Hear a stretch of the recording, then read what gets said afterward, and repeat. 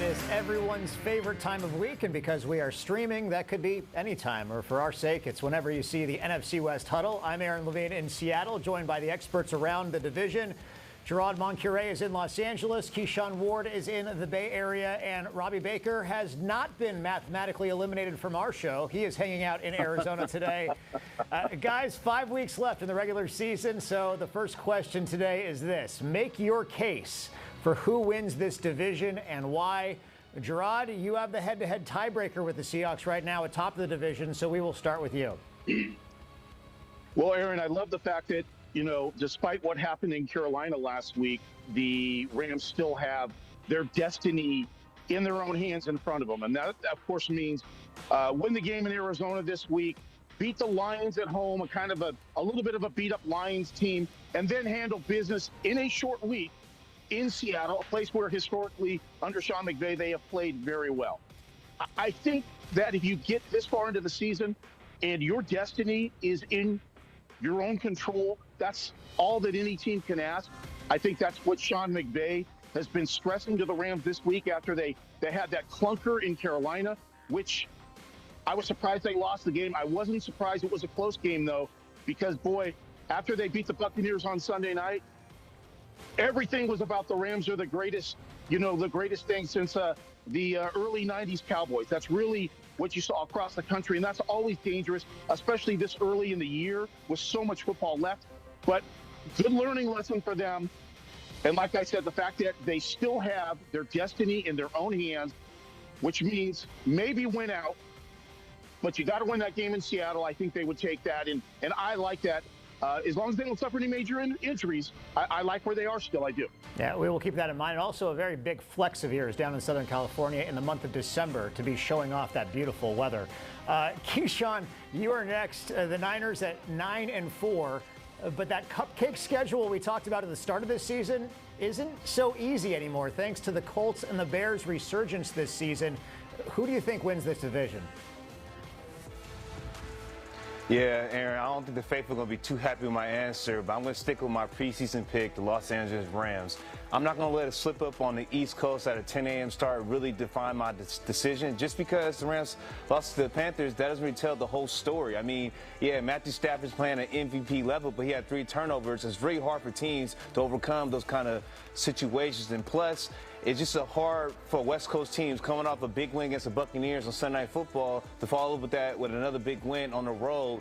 It's just, I think that the Rams, they've been the best team all season. I can't scoff at what they've been doing. I mean, Devontae Adams and Puka Nacua have been probably the top 2 duo in this NFL season so far. And just, they're the only true contender in the NFC West, in my opinion. Yes, the Niners have been doing great despite all the injuries, but I don't really look at the Seahawks and the Niners as true contenders. I have more faith in the Rams, so I'm going to stick with them to win the NFC West this year. Yeah, Keyshawn, just among the many doubters of the Seahawks here in the Pacific Northwest. I'm a Seahawks fan, if I'm a Seahawks fan, and I guess I am, I'll admit it. I definitely have some concerns, though. I mean, the Rams seem to have Sam Darnold's number the past couple of seasons, including when he was with the Vikings last year. The Niners on the road are not an easy out at all to end the season.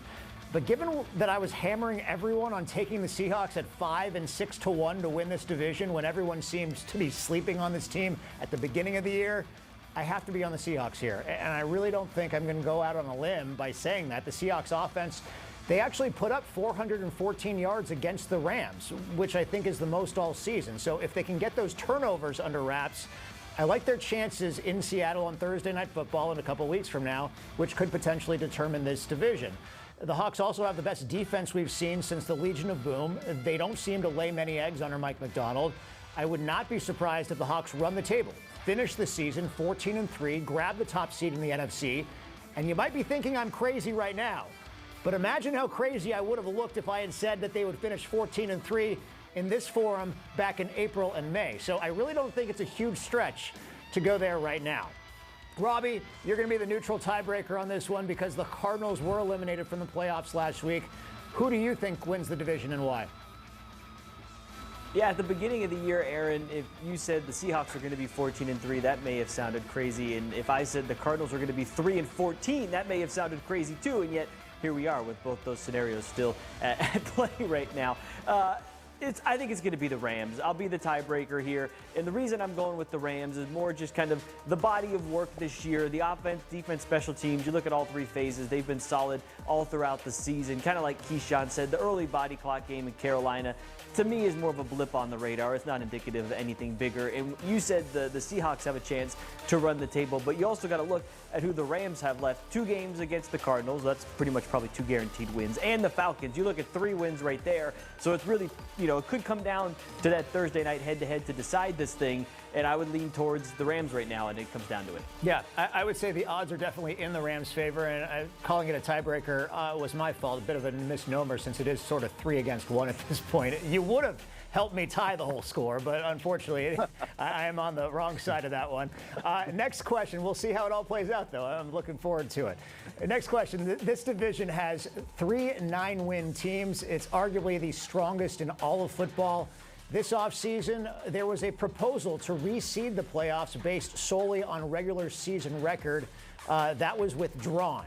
Given what we have seen this year in this division, would you favor just a reseeding altogether without the division winners getting a guaranteed home game in the playoffs and a higher seed, or do you keep it the way it currently is? Keyshawn, you're first. Do you like divisional winners getting a higher seed in the home playoff game? Well, Aaron, see, this is probably the toughest question you guys asked me all season, because I'm just looking at it from the standpoint, if we have no divisions, then what's the purpose of having them anymore? I mean, if you want to do like the NBA and college football, I'm all for it. But if we're still going to remain in the NFC West, we got to have division winners. It has to have some type of relevance. I mean, look at what happened back in 2009 when Marshawn Lynch had that Beastquake run. I mean, that never happens if the Saints are probably at home that game and the Seahawks are not in the playoffs because they're 7-9. So it does serve some type of relevance to winning division. So, yeah, I'll probably keep it as it is. Okay, Robbie, you're next. What do you think? I think Keyshawn read my pre-show notes because I literally have written down division winner Beastquake was my 2 notes that I had written down for this question that you were going to ask. But I think it is kind of the summation of what this is. This question is, to win the division has to mean something. And sometimes it turns out that a team that's under 500 wins the division, as you guys know up in Seattle. It happens. But then it gave us one of the greatest moments in NFL playoff history. And there's got to be some meaning to put on, the hat and the T-shirt and win a division. It can't just be ceremonial. I like the way it is where you get to host a playoff game. Regardless of record, if you win your division, you go through whatever gauntlet it is of the teams you have to play year in and year out. If you come out on top of that mountain, you should be able to host a first-round playoff game. Gerard, there's a chance the winner of the NFC South has a 9-8 record, but they're hosting a playoff game against a 12 or a 13-win team from the NFC West. I mean, would you support that? Aaron, I got to tell you, I'm with the fellas on this. There has to be, a prize for winning the division. Look at where the Seahawks are right now. They're in the 5th spot, I believe, if the playoffs started today. I understand that the Rams and the Seahawks, you could make a case, could be the 2 best teams in the NFC. But if you don't give the division winner a prize, then the winning the division just simply doesn't mean anything. And winning the division for the Rams or the Seahawks could mean saving yourself a snowy trip at some point to Green Bay or a snowy trip at some point to Philadelphia. There just has to be incentive for winning the division. It has to mean a lot. And I like the way it is right now. I just think if you reseed, you kill the incentive on winning the division. It's just pretty simple to me. This is a really notable moment because this, I believe, is the earliest in any season where there have been 3 9-win teams in the NFC West, and yet it's going to be a clean sweep of what we believe here in that we should keep the divisions and that a potential 12 or 13-win team is going to have to go on the road as a wild card team. Interestingly enough, I believe it was the Detroit Lions last year that came up with this proposal to just reseed everything and not have divisional winners, and I think they were on the bad side, the downside of not winning their division last year. Correct me if I'm wrong there. I'd have to go and look back. I'm going to have to go back to what I said in April, though, and talking about this clean sweep. I think as long as there are divisions, divisional winner should earn a home playoff game. I mean, even if there are better teams in other divisions, you get rid of the divisions, as everybody has said here, like they do in Major League Soccer or basketball, then it would make sense to seed teams based on record alone. But right now, you play teams in your division 2 times a year. There are natural rivalries with those teams because of the familiarity and because of the annual home-and-home series with those teams. So when it all comes down to it, you're playing for more than just bragging rights. You're playing for an NFC West title and the spoils that come with that, which includes a home playoff game. If you change the system, then we talk about getting rid of the poster child for this system. The moments like Marshawn Lynch and Beastquake in Seattle, that 7-9 Seahawks team somehow winning the NFC West that year and then beating an 11-5 Saints team in Seattle as a double-digit underdog. Again, there are divisions for a reason. If you want those to go away, then reseed it by record. But if not, keep the playoff seeding the way it is. We're going to take a quick break, and up next, we're going to take a look at this week's games from the perspective of everybody within the division, including the guy who doesn't have a game this week, to talk about the look ahead to next week, and hopefully, or maybe not hopefully, their team can get a little bit healthier as they go into the stretch run down in the Bay Area. We'll be back after this.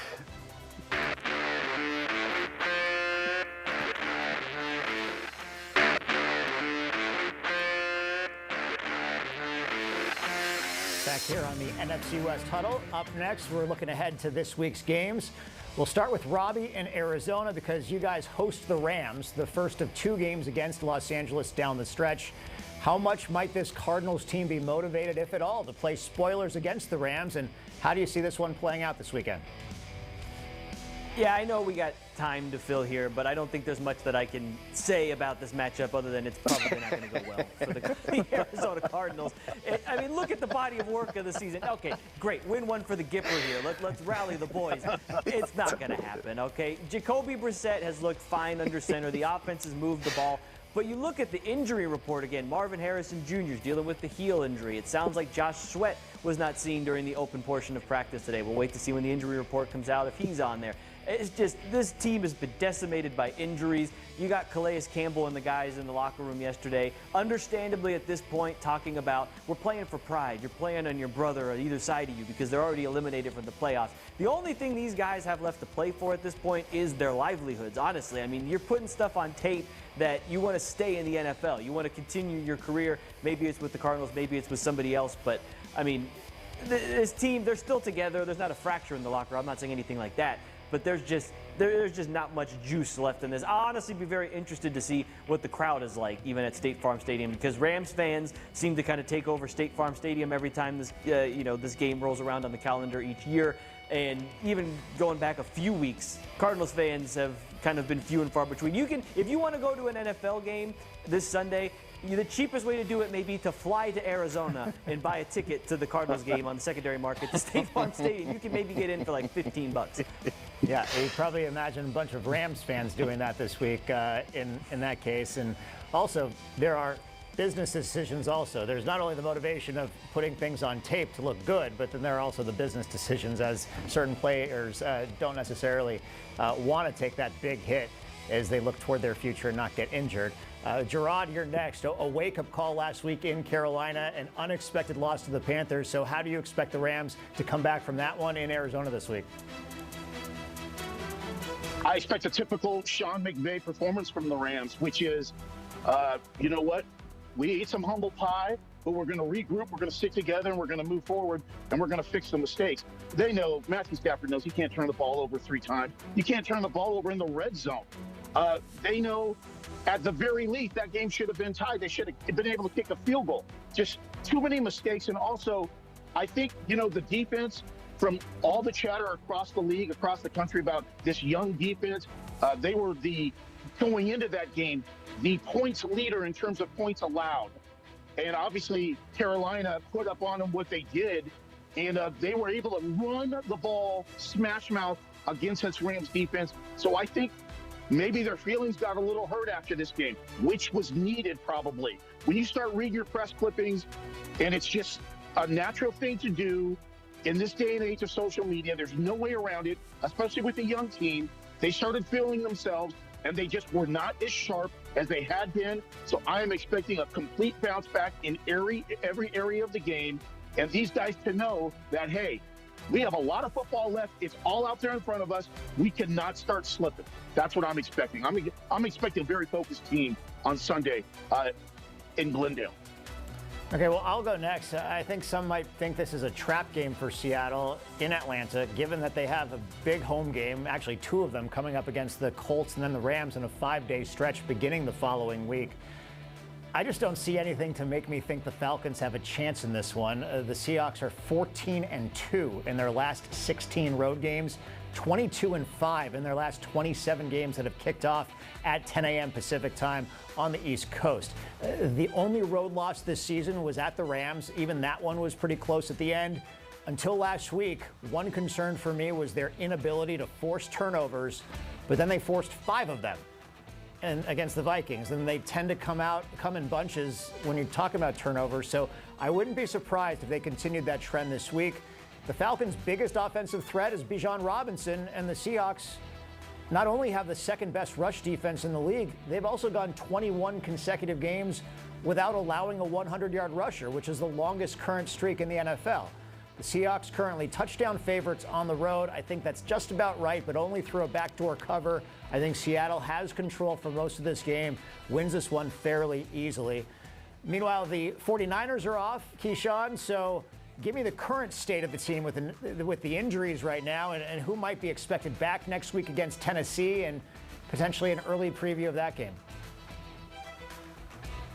Well, Aaron, you know, the league, this was probably a slap in the face by the league going into the season because it's such a late bye week. It's the latest bye week of the Kyle Shanahan era, but it's now looking like a blessing in disguise because we might be able to get Eddie Pinheiro, our starting kicker, back. Kyle Juszczyk, who has a rib fracture, will be reevaluated this week, possibly be back for that Titans game. And Fred Warner's back, Tatum Bethune, who's playing pretty well when Fred Warner went down. But, yeah, this late bye week is pretty good for the Niners right now because they're getting re-energized at the right time. Because after this Titans game, which might be a track game, they're going to have the Colts, the Bears, and Seattle. So they're going to be rolling into some tough games to try to get to the playoffs. I think the Niners will be do pretty well against the Titans. I mean, they're a one-win team right now. They're not having much going for them with Cam Ward and his young rookie season. But the Niners getting healthy at the right time on this to try to make this playoff push. So, yeah, this late bye week was bad in the beginning, but now it's looking like a blessing in disguise. Yeah, certainly, and we're going to have much more on that Niners-Tennessee game coming up next week. Before we complete the show, we're going to take a quick break here, and after the break, I know it's not the end of the regular season, but it is toward the end of the first semester for many colleges out there. It is report card time, at least in terms of grading our head coaches. We will do that after the break here on NFC West Huddle.